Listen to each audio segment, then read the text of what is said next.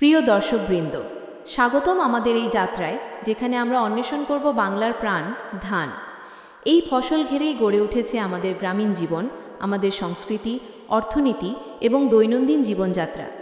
ধান চাষ নয় শুধু একটি কৃষিকাজ, এটি একটি ঐতিহ্য, একটি জীবনধারা।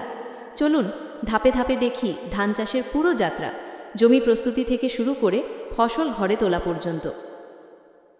ধান চাষের যাত্রা শুরু হয় জমি প্রস্তুত করার মধ্য দিয়ে। কৃষকরা প্রথমে জমি চাষ করেন, লাঙল দিয়ে মাটি উল্টে দেন যাতে মাটি নরম এবং উর্বর হয়। তারপর পানিতে ভিজিয়ে রাখেন যাতে বীজতলা প্রস্তুত করা যায়। এই পর্যায়ে মাটির স্বাস্থ্য রক্ষা করা খুব জরুরি, কারণ ভালো মাটি মানে ভালো ফসল। বর্ষাকালে বা সেচের মাধ্যমে পানি দিয়ে জমিকে নরম করা হয় যাতে বীজ সহজে অঙ্কুরিত হয়। এরপর আসে বীজ বপনের পর্যায়। বীজতলায় নির্বাচিত ভালো মানের বীজ ছড়ানো হয়। কয়েক সপ্তাহের মধ্যে এই বীজ থেকে চারা গজায়। ছোট্ট সবুজ পাতা যেন নতুন জীবনের প্রতীক। এই চারাগুলোকে সাবধানে তুলে মূল জমিতে রোপণ করা হয়। রোপণের সময় কৃষকরা সারি করে চারা লাগান যাতে প্রত্যেক গাছ যথেষ্ট স্থান এবং পুষ্টি পায়। এই কাজটি প্রায়শই পরিবারের সবাই মিলে করে, গান গেয়ে বা কথা বলে। এটি একটি সামাজিক উৎসবের মতো। চারা রোপণের পর শুরু হয় ধানের যত্ন নেয়ার পর্যায়।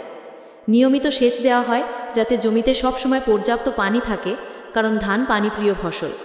সার দেওয়া হয়, যেমন ইউরিয়া বা জৈব সার, যাতে গাছগুলো দ্রুত বাড়ে। কীটপতঙ্গ থেকে রক্ষা করার জন্য ওষুধ ছেটানো হয় এবং আগাছা তুলে ফেলা হয়। ধীরে ধীরে ধান গাছগুলো লম্বা হয়, পাতা ছড়ায় এবং ফুল ফোটে। এই সময়টা কৃষকদের জন্য অপেক্ষার, প্রকৃতির সাথে লড়াই করে ফসল বাঁচানোর।